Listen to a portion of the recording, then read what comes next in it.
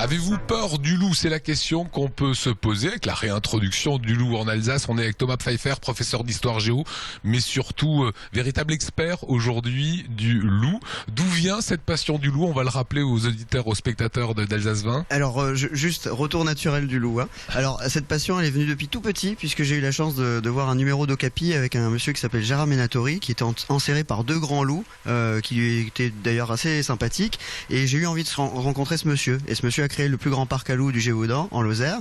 Et j'ai eu la chance de rencontrer sa fille, Anne Menatori, qui a grandi avec des loups. Et j'ai eu la chance par la suite d'être saisonnier dans ce parc, de les approcher et effectivement de me rendre compte que c'est un animal vraiment effectivement peureux à l'égard de l'homme. D'accord, le virus est rentré comme ça. Le virus est rentré comme ça, il ne m'a plus quitté et je crois qu'il m'habite même. Voilà. Ouais, je crois que vous êtes très habité, pour preuve tous les objets ici qui nous entourent. Oui. Je vois ça, vous venez de me dire que vous l'avez trouvé sur Internet. Oui, c'est-à-dire que j'essaye d'acheter en vue de mon projet de Maison du Loup quelques objets qui serviront à montrer effectivement comment on se prémunissait dans le temps les ancêtres par rapport à la peur du loup. Ça c'est une lanterne à loup qui vient du Mercantour, donc région où le loup est revenu naturellement effectivement il y a plus de 20 ans. On y mettait une petite bougie à l'intérieur et avec la tôle perforée ça permettait la nuit de dessiner des motifs en ombre chinoise et d'éloigner les loups. Qu'en est-il de ce projet de la Maison du Loup que vous voulez porter? Alors j'aimerais bien faire ce projet dans les 2-3 années. On est en pleine prospective, je suis en train d'écrire le projet, je recherche le financement dans le Bas-Rhin notamment, donc on est sur des secteurs entre Saverne, Molsheim et Haguenau qui permettraient d'avoir l'un ou l'autre enclos à loup et puis évidemment des objets qui expliqueraient de manière pédagogique, ludique, de 7 à 77 ans, l'intérêt du retour naturel du loup parce qu'il s'intègre effectivement dans un environnement qui était le sien et donc il revient pas à pas. Ça voudrait dire des enclos et des loups. Avec des loups, voilà. Et l'idée effectivement c'est de préparer le public à rencontrer effectivement peut-être un jour ces loups qui sont dans le massif vosgien d'origine italienne pour le moment, où ils sont 3 actuellement. Alors justement, qui a peur du loup? C'est la question que je vous pose. Est-ce qu'on a peur aujourd'hui encore du loup? Alors je pense que dans les 3/4 des Français et des Alsaciens n'ont plus peur du loup, notamment les enfants comme mon fils qui s'appelle Lou, ils n'ont plus peur du loup, ils ont été éduqués, ils ont vu plein de dessins animés, ils ont lu des livres, etc. Le travail des instituteurs aussi a beaucoup porté, le travail des parcs, pédagogiquement, et je pense que voilà, on est dans une nouvelle société où le loup ne fait plus peur, si ce n'est dans les films, dans les contes, où il joue toujours ce rôle-là, bien sûr, parce qu'on a besoin de se faire peur et on aime ça, mais le loup est devenu plutôt un révélateur de la nature sauvage, comme dans Danse avec les loups, un animal assez proche de l'homme finalement, qui a des qualités athlétiques, endurantes. Sauf que si on se retrouve face à un loup ici dans les Vosges, à mon avis, on part en courant, quoi. On part pas en courant justement, parce que c'est le mauvais réflexe, quel que soit l'animal finalement. C'est le loup qui va vous voir d'abord avant que vous n'allez le voir. Si jamais vous avez la chance de le voir en premier, il va vous regarder tranquillement, avec assurance, comme le lynx va le faire. Il ne va pas détaler. Ça peut durer 1 minute, 1 minute 30, voire un peu plus longtemps.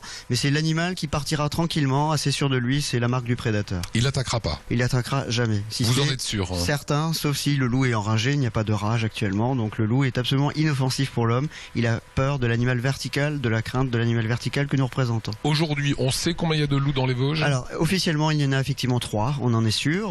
Il n'y a pas très longtemps, on a encore des traces, donc cet hiver. Donc 2 loups dans le massif vosgien du côté de Ventron, Cornimont, la Bresse et du côté aussi alsacien du col du Bonhomme. Donc ce premier loup mâle a été rejoint l'hiver dernier par une femelle dont l'urine a été prélevée et donc génétiquement prouvé que c'est bien des loups de souche italo-alpine. Et puis on a un 3e loup, un petit mâle qui s'est installé dans la plaine côté Lorrain, à Neufchâteau, près de Grand, et qui lui pour le moment est tout seul. Donc pas de perspective de meute possible. Donc 3 loups resteront pas. Si le gibier est là, oui. Si le couvert forestier est là, oui. Mais il faut effectivement du sang neuf parce que chez les loups il n'y a pas de consanguinité. Vous comprenez la crainte de certains agriculteurs bien sûr, de se faire manger un mouton? Bien sûr. Le problème, il est là. C'est-à-dire qu'on avait perdu l'habitude de vivre avec un tel prédateur. D'ailleurs, à ma demande, vendredi, on a invité Jean-Yves Poirot, l'éleveur qui a subi le plus de pertes, que j'ai rencontré l'année dernière à la Bresse et qui a son territoire en plein centre des attaques de loups. Il faut savoir que l'année dernière, il a expérimenté, il est un des 2 seuls éleveurs à avoir expérimenté ça avec les patous, les chiens de berger des Pyrénées. Là où il a mis le patou, il a eu une seule attaque. Ça veut dire que concrètement, ce chien chasse le loup. Ce chien chasse le loup, protège très bien les moutons. Bien sûr, il ne faut pas un seul patou quand on a 400 moutons. Il avait 4 parcs, mais ça a suffi vraiment à diminuer de manière très conséquente les attaques. Moi, ce que j'essaye de dire, c'est que le loup a sa place, mais avec l'éleveur, de créer, si on veut, de l'écotourisme autour du loup. Aujourd'hui, le loup, c'est peut-être aujourd'hui vu comme une contrainte, mais ça peut être vu dans un avenir proche et certain, dans les quinzaine, vingtaine d'années, comme dans les Abruzzes en Galice, comme un animal qui va être un levier de l'écotourisme. Vous le voyez, il est intarissable sur le sujet, Thomas Pfeiffer.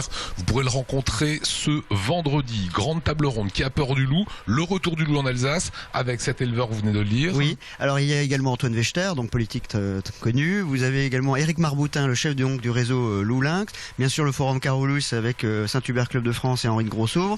Les chasseurs, la Fédération des chasseurs du Bas-Rhin qui sera présente également, ainsi que moi-même. Donc ça fera effectivement un beau débat, j'imagine, en perspective. Voilà, intarissable, vous lui poserez les questions qui vous intéressent. Les informations s'inscrivent sur l'écran. Merci à vous. Le Merci. bonjour à Lou, Merci qui est votre beaucoup. fils. Je vous ferai un bisou de votre part.